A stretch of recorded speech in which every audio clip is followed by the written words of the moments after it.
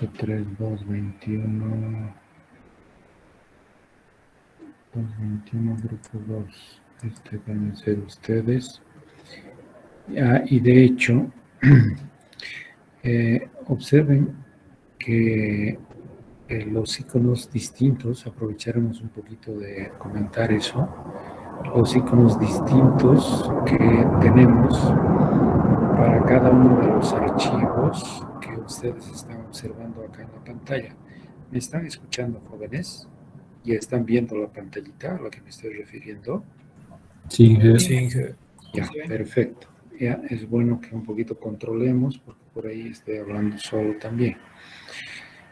Bien, entonces vean que el ILWIS es muy estricto en cuanto a destacar que este archivo que estoy mostrando con el cursor dice que es un raster, ¿no?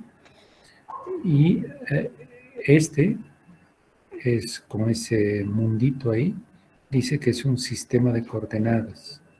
Este con 4 puntitos dice que es una georreferencia, ¿no? Este Lalai también es un sistema de coordenadas, pero que ni sé por qué está ahí, ¿sí? El ala 5 es el que nosotros estamos manejando, ¿no? Este Lalai debe ser de otro archivo que hemos creado y que por error se ha venido por acá, inclusive lo podemos desechar, ¿sí? Lo estoy borrando, lo hemos desechado. Luego, acá hay algo importante. Fíjense que este iconito tiene esas rayitas y nos está diciendo que es un segmento, ¿no? Y eso se denomina información en formato vector. Entonces, en los sistemas de información geográfico, y vamos a aprovechar para hacer una presentacióncita, que la clase pasada les había preguntado si la había hecho, y ustedes me dijeron que no, pero este es el punto en el que debemos hacer esa presentación. Veamos.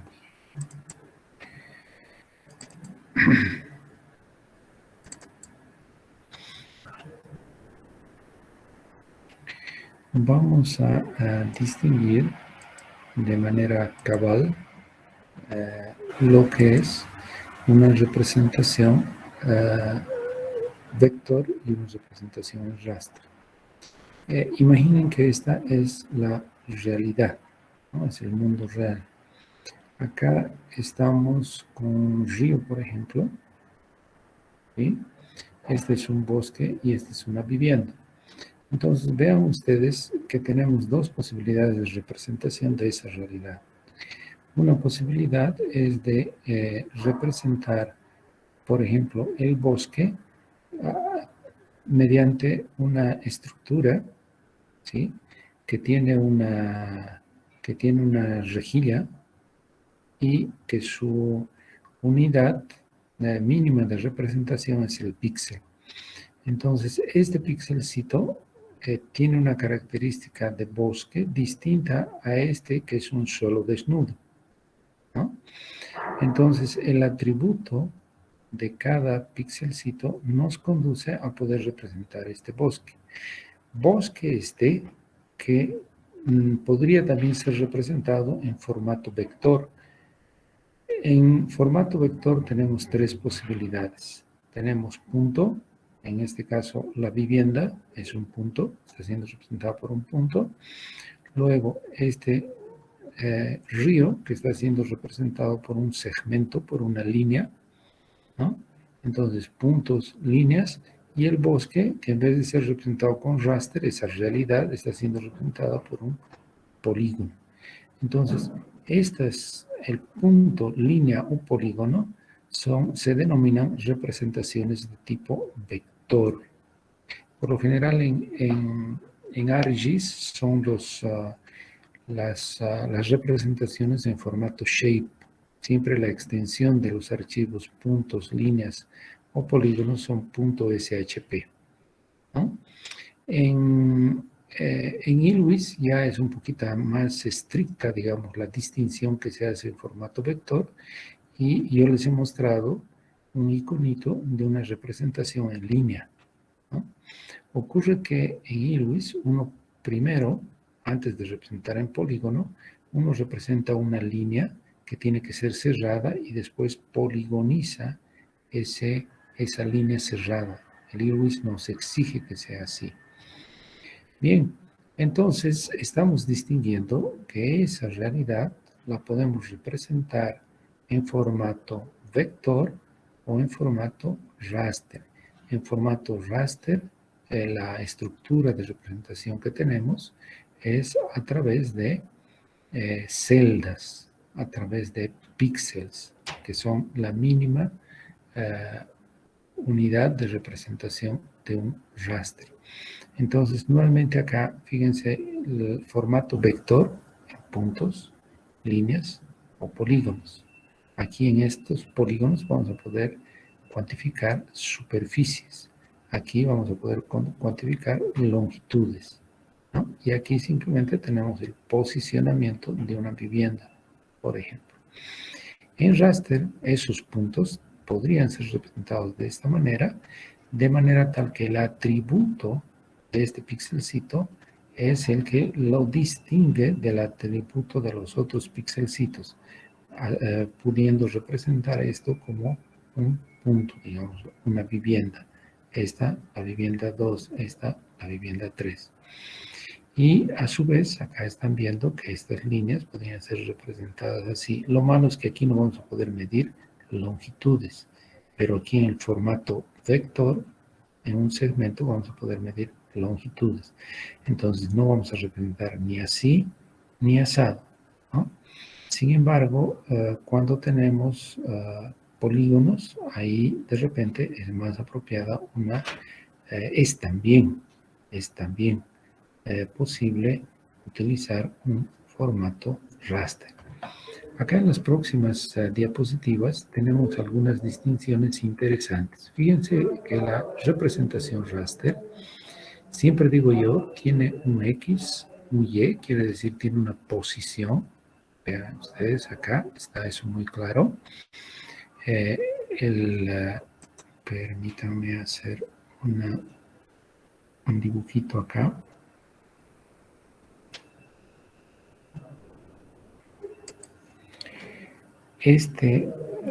Cualquier píxel, ¿no? Por ejemplo, este píxel va a tener su posición acá en X y en Y, tener la posición de ese píxel, ¿no?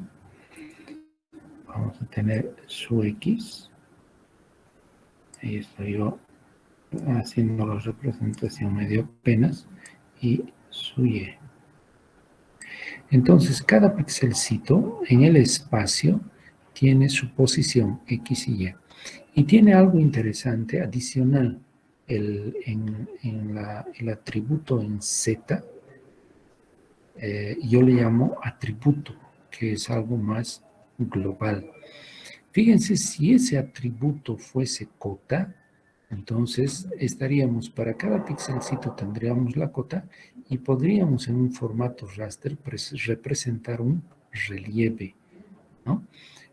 Nosotros hemos visto la representación del relieve a partir de curvas de nivel, pero no es el único tipo de representación. Un relieve también puede ser representado a través de una representación en raster en que cada pixelcito tiene su posición y tiene un atributo. Obviamente que cada pixelcito tendrá una cota, entonces ustedes imaginen como si fuesen mosaiquitos, ¿no? Pequeños mosaicos. Entonces, toda vez que tengamos su Z, ese atributo en cota, nosotros tendremos un modelo digital del terreno, así se llama. Observen ustedes que la representación en raster tiene además unas particularidades, que son la resolución en el espacio. Aquí ustedes están viendo que el tamaño del píxel es demasiado grande y eso hace con que no tengamos nitidez de lo que estamos representando. Aquí tenemos un tamaño de píxel mucho menor y obviamente tendremos un mayor detalle en la representación. Es lo mismo que cuando estamos usando un raster para representar el relieve. Si nuestro tamaño de píxel es muy grande, la representación del relieve no será auténtica, no será tal cual como en la realidad. Pero si el tamaño de píxel es más chiquitito, nuestra representación en DEM será mucho más preciso.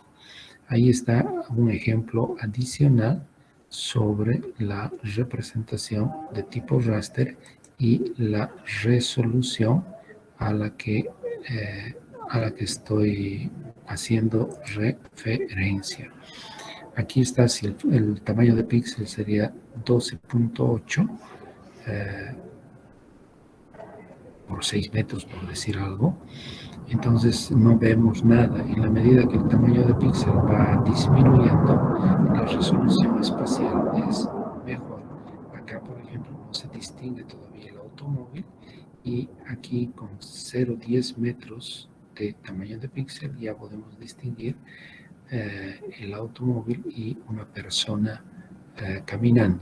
Entonces eso es una particularidad de la representación raster y eso se llama resolución espacial. Esto tiene una baja resolución espacial y esto tiene una alta resolución espacial.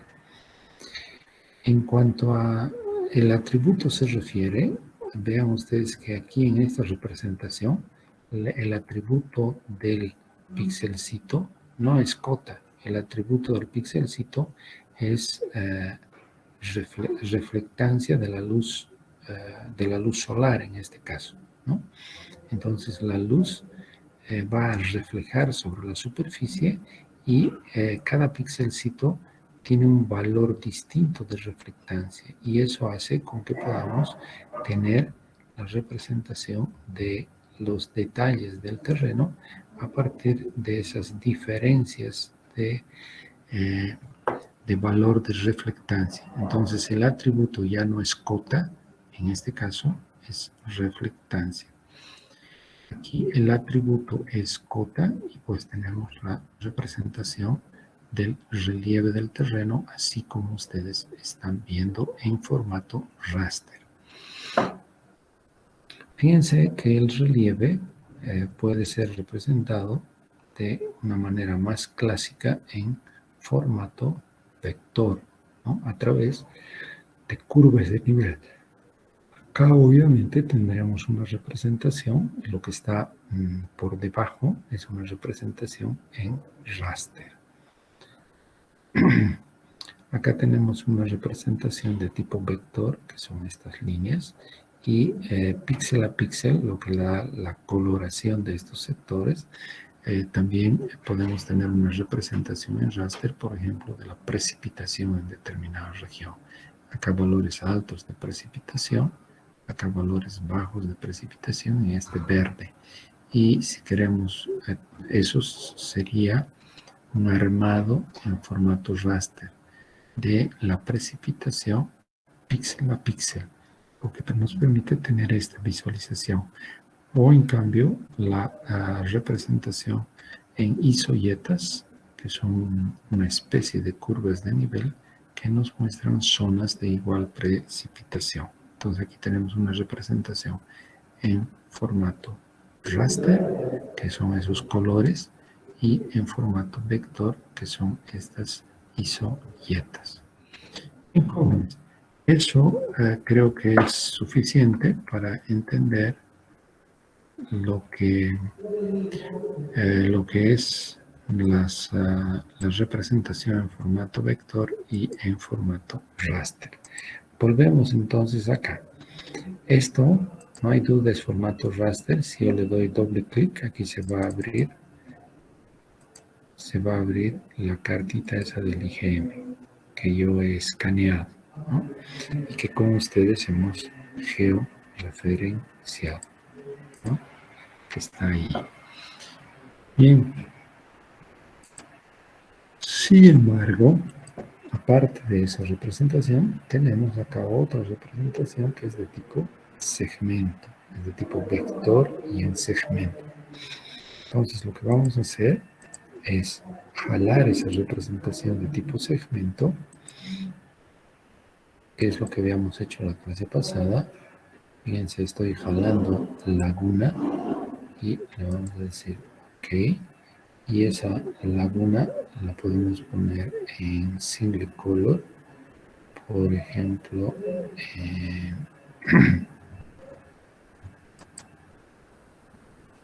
color, le daremos un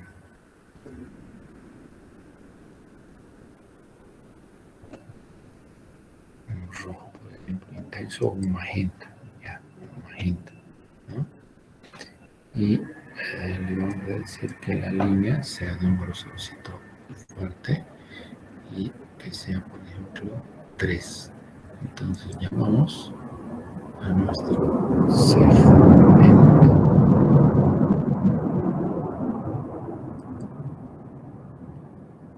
que extrañamente quedado representado. Seguramente, no sé si ya lo habíamos, si habíamos hecho la digitalización o nos estamos preparando para hacer la digitalización. Pregunto, ¿ya habíamos hecho sobre este archivo la digitalización de la laguna o no? La última clase. ¿O era eso que nos faltaba?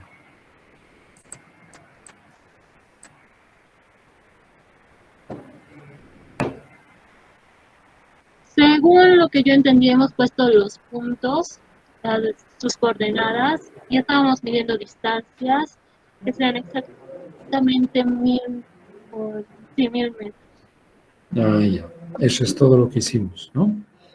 Ya, entonces seguramente lo único que habíamos hecho, a ver, esta laguna la voy a borrar, ¿ya? Vamos a ver, pero desde aquí no se puede borrar, se puede borrar desde aquí. O sea, como no hemos digitalizado nada, no nos vamos a apenar de perder nada.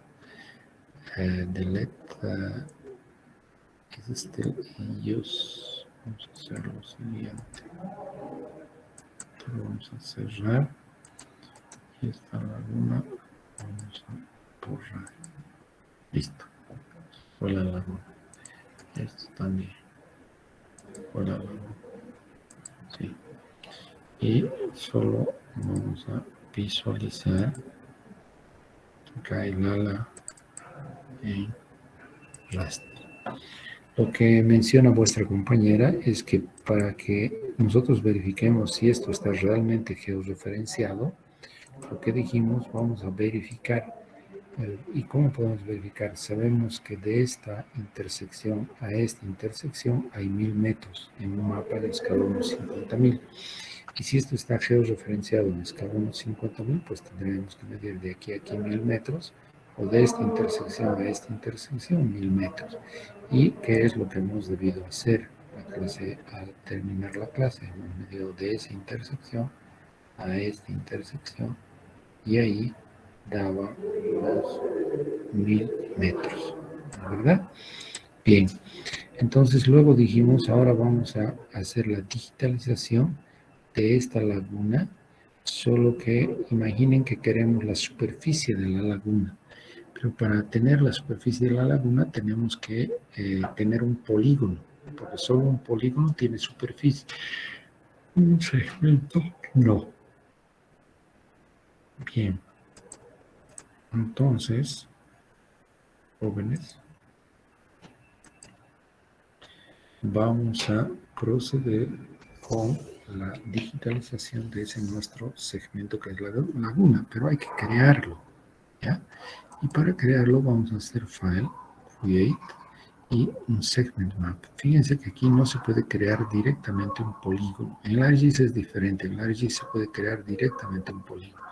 El IRWIS no te deja. Primero te dice, tienes que hacer un segmento cerrado y después vas a poder poligonizarlo. Entonces vamos a crear un segmento primero y le vamos a llamar lago. ¿Sí? Lago. Y le vamos a decir OK. Listo, nuestro segmento lago está ahí creado, pero no tiene nada. Entonces lo que vamos a hacer a ese lago, lo vamos a editar. Entonces piso sobre el lago, botón derecho y Edit Layer. ¿Está bien? Ahora fíjense, estamos con esta puertita que es una puertita que nos permite salir de esta pantalla de edición. Entonces estamos dentro del editor.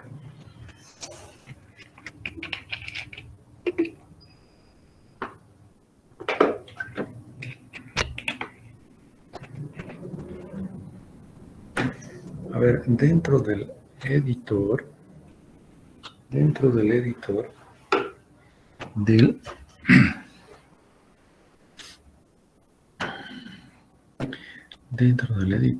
del segmento Laguna. ¿Está bien? Entonces venimos acá al lago, pisamos ahí, nos vamos a ir al edit, ¿ya? Y ahí, pero ya estamos en el ya estamos editando, perdón. Fíjense, segment editor, quiere decir que estamos en el editor del segmento. Y como estamos con este iconito con una flecha, quiere decir que estamos dentro de una pantalla de edición. Y dentro de la pantalla de edición tenemos acceso a este lápiz, ¿ya? Ahora, antes de hacer la digitalización, vamos a entrar a File y vamos a hacer un customize de cómo vamos a digitalizar. Entonces ingresamos al Customize y aquí el Snap Tolerance está en este momento en 111 metros. Vamos a recorrer el punto decimal, vamos a poner en 11 puntos, el otro punto va a desaparecer. Entonces el Snap Tolerance, que es la distancia para que se junte la extremidad de una línea con el otro punto de inicio de la línea, es de 11 metros. Es el Snap Tolerance. Y este Tunnel Tolerance lo vamos a poner un poquito más chiquito también. Ahorita está en 11 metros, ¿ya? Lo vamos a poner más pequeñito. Este Tunnel Tolerance, su propósito es el siguiente. A ver, para entender lo que es el Tunnel Tolerance, nos vamos a ir aquí a Help y vamos a buscar. Fíjense, estamos en Customize y estamos acá en Tunnel Tolerance. Entonces podemos ver lo que es ese Tunnel Tolerance. El Tunnel Tolerance consiste en lo siguiente. Cuando tú pones un valor ahí, lo que estás especificando es la distancia de estas dos paralelas, ¿ya? Me explico. Si el Tunnel Tolerance, por ejemplo, es 2 metros, quiere decir que de esta línea a esta línea hay 2 metros. Entonces, imaginen ustedes que están haciendo la digitalización, hacen clic, clic, clic, ¿sí? Y cuando ustedes, clic, clic, cuando hemos terminado de digitalizar este segmento, si este punto 2 cae fuera de este túnel, entonces ese 2 se va a respetar porque está fuera del túnel. Entonces, como va a quedar tu digitalización al final, es de esta manera. Va a venir aquí y va a venir aquí, ¿ya? Ahora, si ese Tunnel Tolerance fuese más de 2 metros, digamos que nosotros establecemos que es de 10 metros, entonces esta otra línea va a estar a 10 metros, ¿no?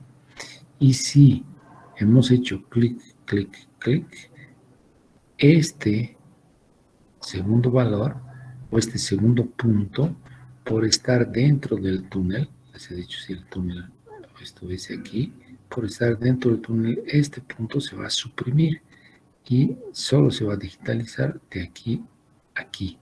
O sea, este se suprime y vamos a tener 1, 3, 4. ¿Ya? Entonces, el Tunnel Tolerance es mejor ponerlo más pequeñito. ¿Para qué?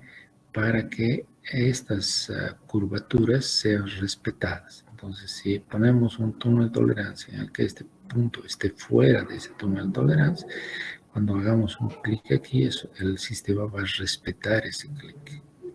Bien, entonces nosotros ahora tenemos un Tunnel Tolerance de 1 metro. 1.11 metros. ¿Está bien? Entonces le decimos OK. Y como que está configurado, ¿no es cierto? Ahí hemos entrado a Customize. Entonces lo que hemos hecho ha sido configurar el modo de digitalización. Ahora sí podemos comenzar la digitalización. Agarramos este lapicito y vamos haciendo clic, clic, etcétera, ¿no? Vamos introduciendo digitalizando nuestra laguna.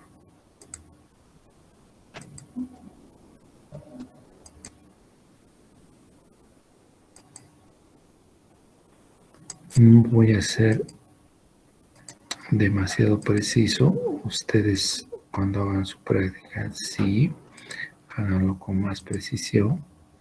Quiere decir, pueden agrandar la figura, ¿es verdad?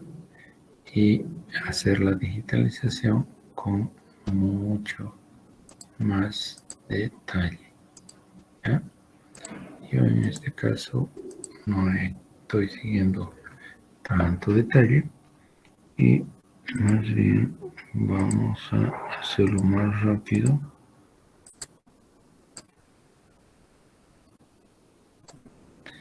Y vayamos a encontrar el punto de inicio para poder cerrar este segmento.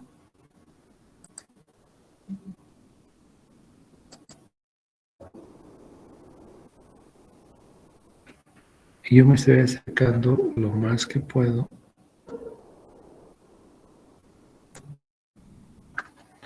aquí al punto de inicio, ¿ya? Y ahí voy a hacer doble clic, ¿sí? Ahí me pide un nombre, voy a decir contorno.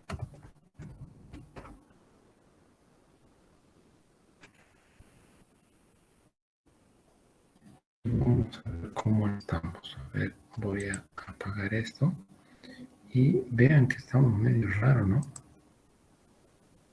Medio raros, está mal hecho eso, ¿no? Yo no he visto bien, pero esto se puede arreglar. Vamos a agarrar esta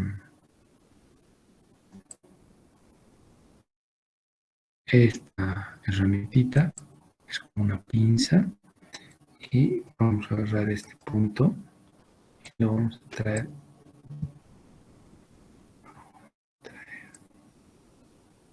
aquí justo en este cuadradito. Listo. ¿Ya? Fíjense que ya estamos haciendo algunas correcciones.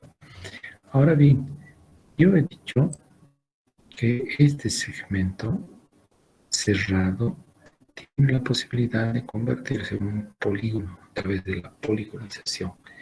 Pero nuestro segmento tiene que estar verdaderamente bien cerrado para que podamos construir a partir de ese segmento un polígono. Me explico. Si tú construyes un segmento y a ese segmento, por ejemplo, este es tu segmento, no lo has cerrado. Fíjense que el sistema computacional no sabe, si no lo has cerrado, no sabe si el polígono que estás queriendo construir es, por ejemplo, este, ¿no? Podría ser un polígono que sea de este tipo. O no sé, pueden ustedes imaginar una situación en la que no tenemos definido el polígono porque no lo hemos cerrado. Entonces, cuando construimos un tal de polígono, él tiene que ser cerrado para que después podamos poligonizar y podamos encontrar la superficie de ese polígono. ¿Está bien?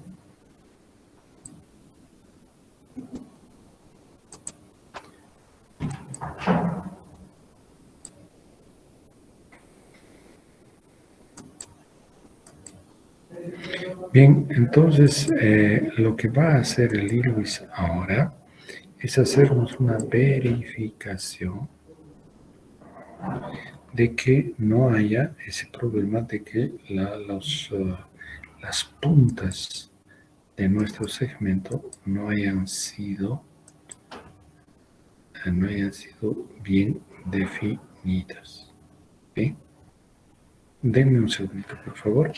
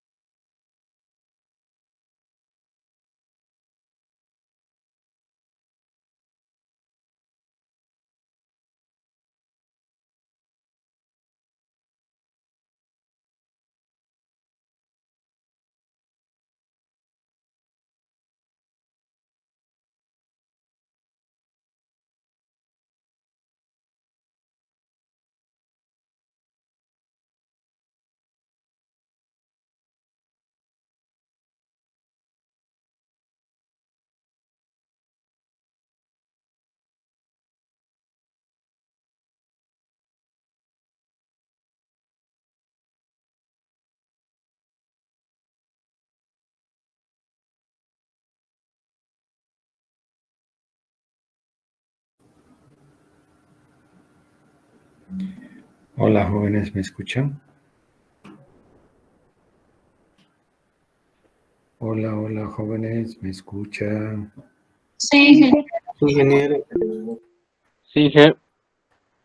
Bueno, entonces seguimos, ¿ya?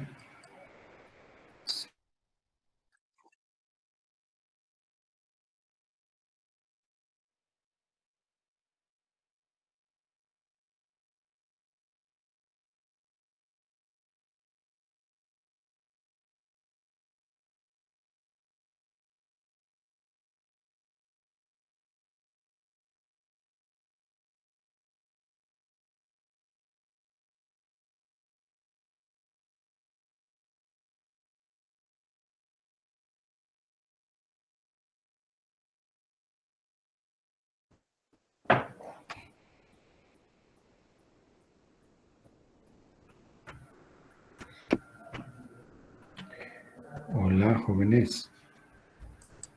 Escuchamos, Inge. Ya.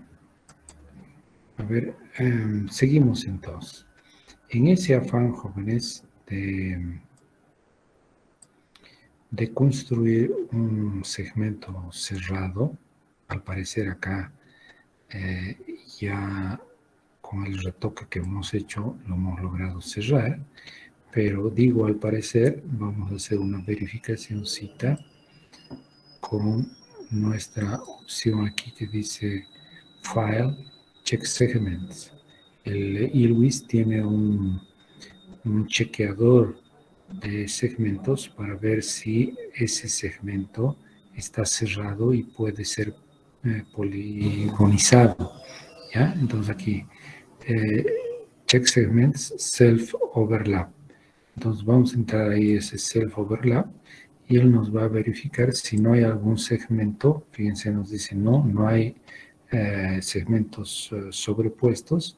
Por lo tanto, le decimos, ok, ese es el primer paso de verificación.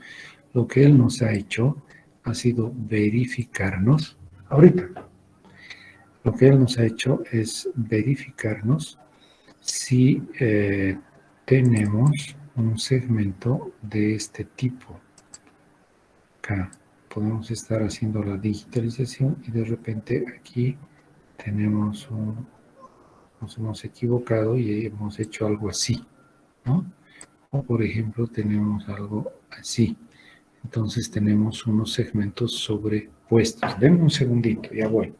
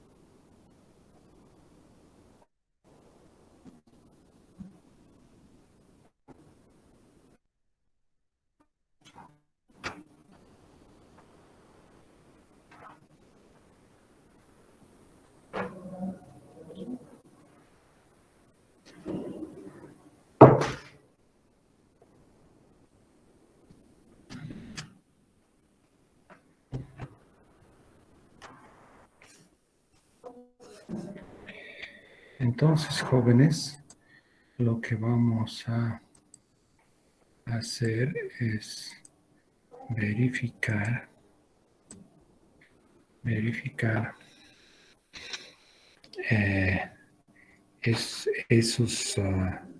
esa particularidad de que el segmento esté cerrado y sea poligonizable. Entonces aquí vamos a check segment dead ends, si es que no hay puntos muertos, ¿no?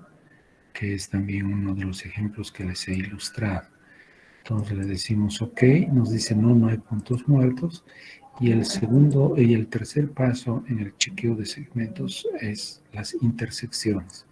Si no hay intersecciones en este segmento, le decimos OK. Si los tres pasos nos dice que OK, entonces de que no hay problema, lo que podemos hacer es poligonizar. Entonces vamos a File y le decimos poligonízame. ¿Por qué estamos queriendo poligonizar? Porque deseamos conocer la superficie de la laguna. Y para conocer la superficie de la laguna no es suficiente la representación en segmento, sino necesitamos la representación en polígono, porque un polígono sí tiene superficie, un segmento no. Entonces le decimos que poligonice. Aquí vamos a poner un Unique Identifier y le vamos a decir que el polígono se llame también lago. ¿Sí? Le decimos OK y OK. Y vean que nos está obteniendo justamente un polígono representándonos el lago. Voy a cerrar esto y les voy a mostrar, y me voy a salir del editor de segmento, ¿ya? Me salgo del editor de segmento. Aquí lo que tengo es la visualización. A ver, voy a cerrar esta ventana de visualización, ¿sí? Siempre el ILWIS tiene una ventana de visualización y una ventana principal, que es esta, ¿ya? Ahora, ¿por qué estoy cerrando la ventana de visualización? Simplemente para enfatizar lo siguiente. Tenemos un formato, que es de formato raster, que es la carta del IGM. Tenemos estos, y ahí ya los hemos mencionado, los vamos a saltar. Y aquí tenemos un formato que es polígono y que se llama lago. Y tenemos aquí un segmento que también le hemos llamado lago, pero que su icono tiene otra característica. Esto tiene una característica de segmento y estos son esos espacitos pintados para emular que tenemos un polígono. Entonces, no hay duda, este es raster, este es polígono, este es segmento. Entonces, a ver, vamos a jalar los tres. Primero jalaremos el ala en raster, que todos sabemos que es la carta del IGM. Ahora aquí, sobre esta carta del IGM, vamos a sobreponer, vamos a jalar con este más. Vamos a jalar, por ejemplo, el lago en segmento, ¿sí? Lago en segmento. Le decimos OK. Y, por ejemplo, podemos poner ese lago con un color negro y un grosor de 3. Ahí está el segmento. Ahí no podemos medir área. Luego jalamos el polígono, que es este lago en polígono, y le decimos OK.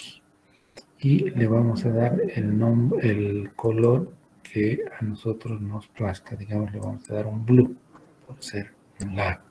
Y tendremos OK. ¿Qué pasó? No nos ha hecho caso.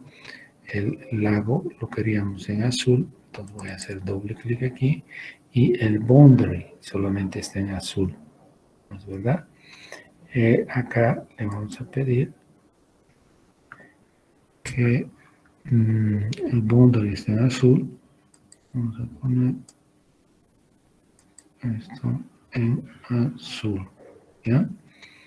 Y le vamos a decir OK, listo. ¿Está bien? Entonces tenemos nuestro lago en polígono, ¿no? Nuestro lago en segmento y tenemos en raster. Listo. Entonces hemos tenido la posibilidad de ver los diferentes tipos de representación. Solo no hemos visto puntos, pero después lo vamos a hacer. Y ahora vamos a medir la superficie de nuestro lago. Obviamente esa superficie no la vamos a medir en este segmento, porque en este segmento solo tendremos perímetro, ¿no?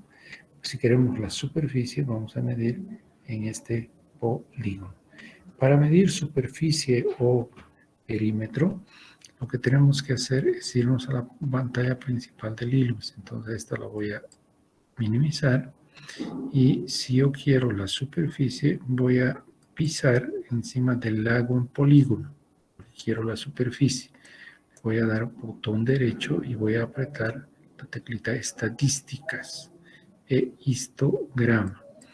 Cuando hagamos eso, le decimos show y nos va a salir el polígono, o sea, el lago tiene una superficie de 1, 2, 3, 1, 2, 3, de 2.039.588 metros cuadrados. ¿Sí? Y por cierto, ese mismo polígono tiene un perímetro de 6.656.6 metros. Entonces, estoy reiterando que el polígono es el que va a tener superficie y perímetro. Si mirásemos los atributos del lago en segmento, botón derecho, estadísticas, histograma, observen que este no nos va a mostrar superficie, porque un segmento no tiene superficie, pero sí tiene perímetro. Este es su perímetro. Bien, entonces es eso lo que nos pide hacer la práctica. Permítame ver un momentito qué cosas más tenemos para la práctica número 3, que es con la que estamos trabajando. Entonces teníamos que referenciar la carga con por lo menos 7 puntos de amarre, es lo que nosotros hemos hecho con 4 puntos de amarre. Mostrar el último sigma adoptado, acompañado de la captura de la pantalla en la que congeló los puntos que aportan más al error. Esto ya está respondido, ¿no? ¿Sí o no? Jóvenes. Ya, si no responden, quiere decir sí. Listo. Sí, ingeniero. Ya, ¿el sigma les hemos proporcionado en píxeles y en metros o no? No, ingeniero. Ya, entonces les voy a mostrar cómo pueden ustedes proporcionar el sigma en píxeles y en metros, ¿no? El sigma es una medida del error, eso tampoco creo que les he explicado. El sigma no les he explicado bien, les he explicado más o menos, ¿no? Veremos lo que es ese sigma, ¿no? Aquí no aparece el sigma, pero para que aparezca el sigma, ¿qué tenemos que hacer? Tenemos que ir a File y tenemos que ir al editor, ¿no? Al editor, entonces aquí a Edit mejor, editor, y vamos a editar la georreferencia. Si buscamos editar la georreferencia, ahí nos aparece el sigma, que en este caso nos está diciendo, mira, el sigma, el error en la georreferenciación es 0,354 píxeles, ¿no? Ahora, ¿qué es ese sigma? A ver, me explico, va a ser más fácil explicar con un ejemplito, o va a ser más fácil explicar aquí. Evaluar el error en su georreferenciación en X y Y usando el valor absoluto para efecto, usar como mínimo 7 puntos. ¿Esto ya les he explicado o no? La D. Hola. Hola, ¿están ahí? ¿O no están los jóvenes? Ingeniero, cuando se refiere a los errores, se refiere a que cuando hacemos la medición de 1000 metros, había como pequeños errores de que no era exacto. ¿A eso se refiere? Ya. No precisamente, ¿ya? Cuando estamos diciendo evaluar, primero, te agradezco el haber respondido, y segundo, cuando estamos pidiendo evaluar el error en su georreferenciación, esto me permitiría explicar lo que es el sigma también. A ver, vamos a buscar explicarlo. Fíjense, esta intersección tiene una coordenada indudablemente en X y una coordenada en Y, ¿es verdad? Pero si yo me acerco aquí y le pido que me dé esas coordenadas al sistema computacional, inclusive lo voy a ampliar grandote, ¿sí? Y yo quiero esta las coordenadas de esta intersección, ¿verdad? Entonces, el sistema computacional, ahí yo me he parado bien quietito, el sistema computacional me dice, mira, esa coordenada tiene, si ustedes se fijan ahí abajo, en la parte inferior derecha, me está diciendo, y es más, yo voy a anotar un cachito ese valor, ¿ya? Denme un segundito.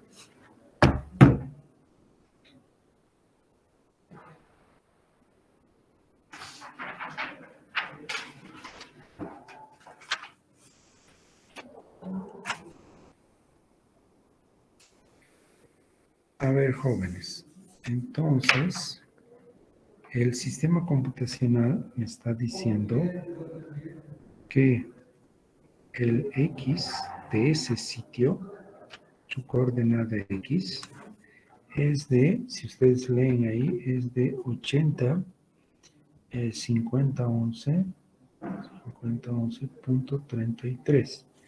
Y el Y me está diciendo es 807.4004.29. Ese es el X y el Y que me está diciendo el sistema computacional que tiene esta intersección. Pero si yo leo las coordenadas verdaderas de este puntito, fíjense ustedes, esas coordenadas van a ser en X, ¿no? Lo vamos a mirar acá. En X, eso es, déjenme ver, 800.000, 805.000, ¿no? 805.000 es en X, ¿ya? El valor de eso, 85.000 en X. Y en Y, el valor va a ser de el punto 4, 8072.000, 8074.000. Esta coordenada va a ser 8074.000. ¿Sí? A ver, entonces, observen ustedes. El sistema computacional me da una coordenada. Y cuando digo el sistema computacional, es la georreferencia que nosotros hemos creado. Nos permite proporcionarnos las coordenadas de este punto. Y las coordenadas de ese punto yo las leo acá en esta parte de aquí abajito, ¿no? Eso es lo que me da la computadora con la georreferencia que yo he creado. Pero este punto tiene en realidad las coordenadas sotritas que yo he leído aquí en X y he leído aquí en Y. ¿No es verdad? Entonces, ¿qué es lo que yo puedo construir? En el viejo Excel, vamos a construir esta tablita para poder evaluar ese error o ese sigma. ¿Ya? No vamos a utilizar la misma expresión que él usa para cuantificar el sigma, pero para que ustedes se den cuenta de ese error, a ver, voy a colocar aquí coordenadas, algo similar se van a crear ustedes, coordenadas, sistema computacional. ¿Sí? Aquí vamos a tener el X, y vamos a tener el Y. Y vamos a tener, esto lo vamos a unir acá, y vamos a ponernos las coordenadas verdaderas, ¿no? A este inclusive le podemos poner X sublínea, ¿ya? X línea, y a este le podemos llamar F2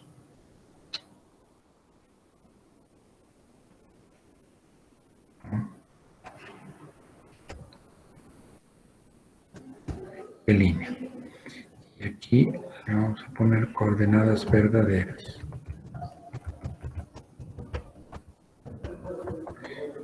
Verdaderas. Y aquí vamos a tener un X y vamos a tener un Y. Esto también vamos a como que ir y nos vamos a poder generar una tablita de este tipo. ¿No? Así. ¿Ya?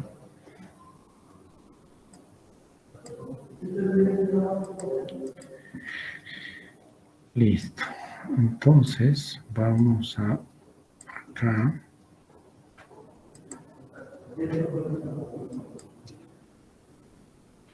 El X línea que nos daba el sistema computacional era 80, 50, 11.33. Y el Y de ese punto era 80, 74, 004. Y el X verdadero era 80, 5, 1, 2, 3. El Y verdadero era 80, 74.000. 80, 74, 1, 2, 3. Y nosotros acá vamos a tener el error. ¿Está bien? El error en la georreferencia. El error. Vean ustedes que todas las unidades de todo esto, coordenadas sistema computacional. F2,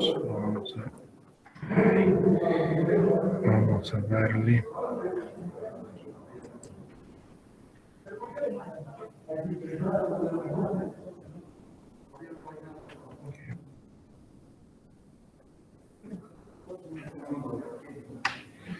todo esto es en metros.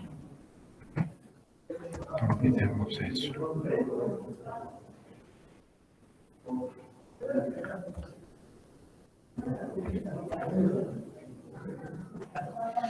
Bien, entonces el error es también en metros.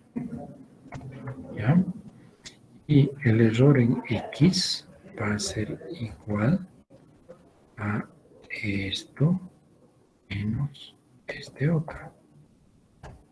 Ese es el perciba el error en metros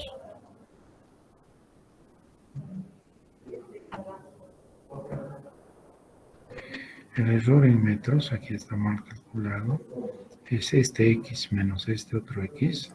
Vamos a poner esto ahí, listo. El error en X es de 11 metros.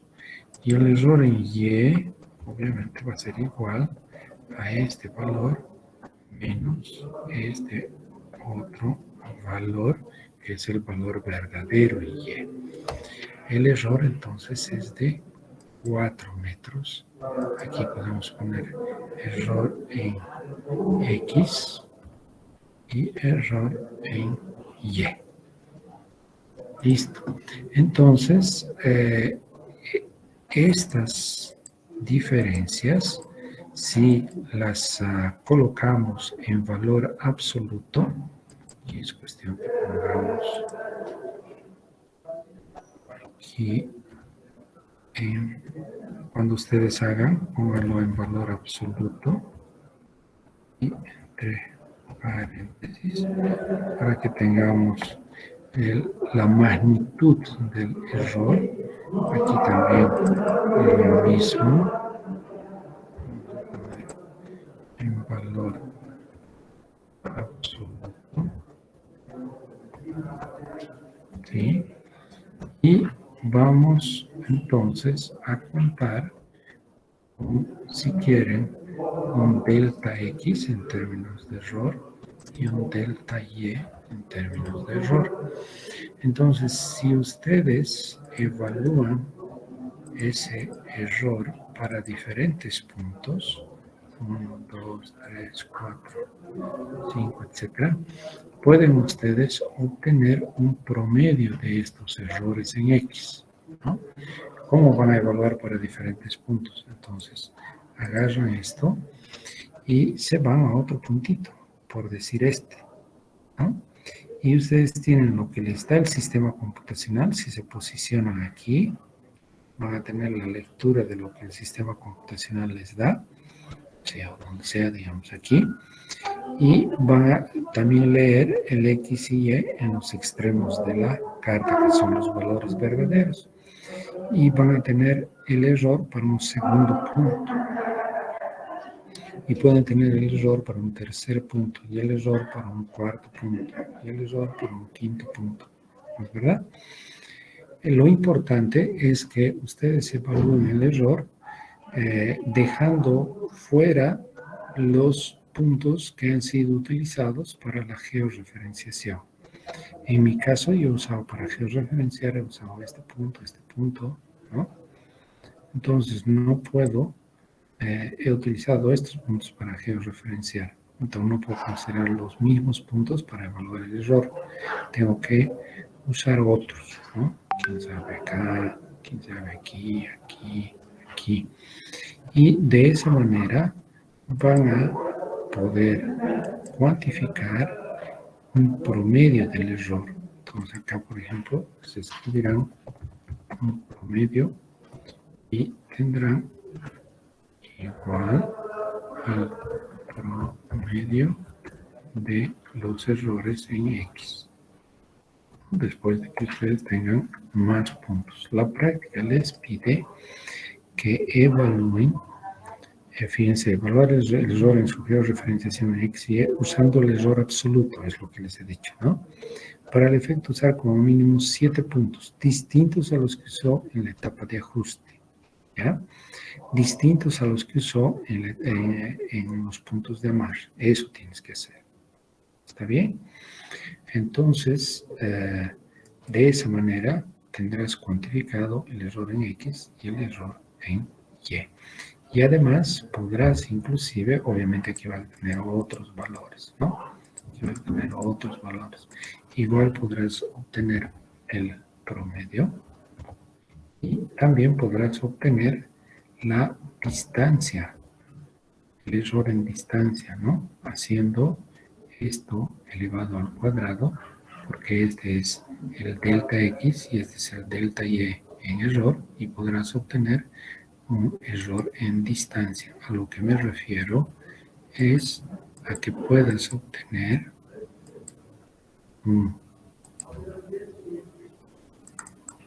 si tienes un delta Y y tienes un error en X, error en Y, aquí tienes un error.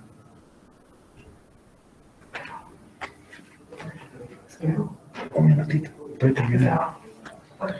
Un error en Y,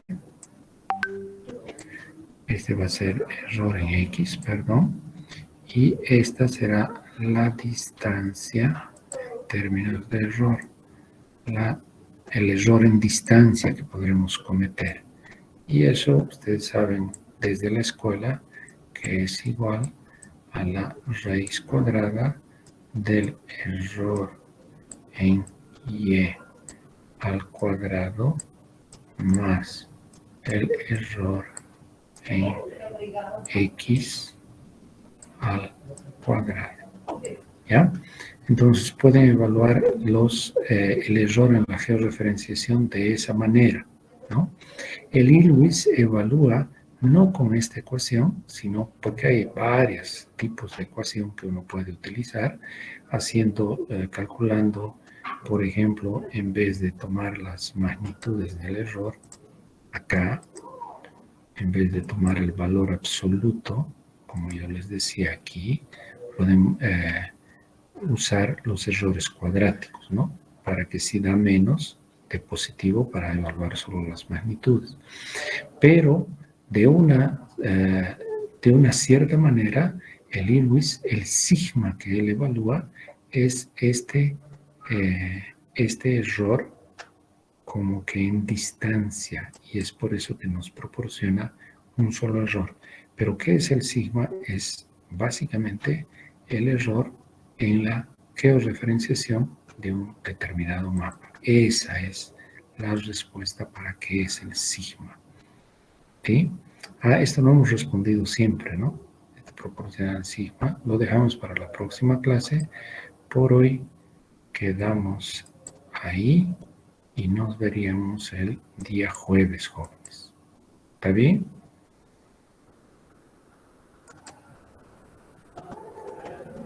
¿Está claro? Está bien, Inge. Está bien. Hasta luego, que estén bien. Estén bien. Hasta luego. Hasta luego. Hasta luego.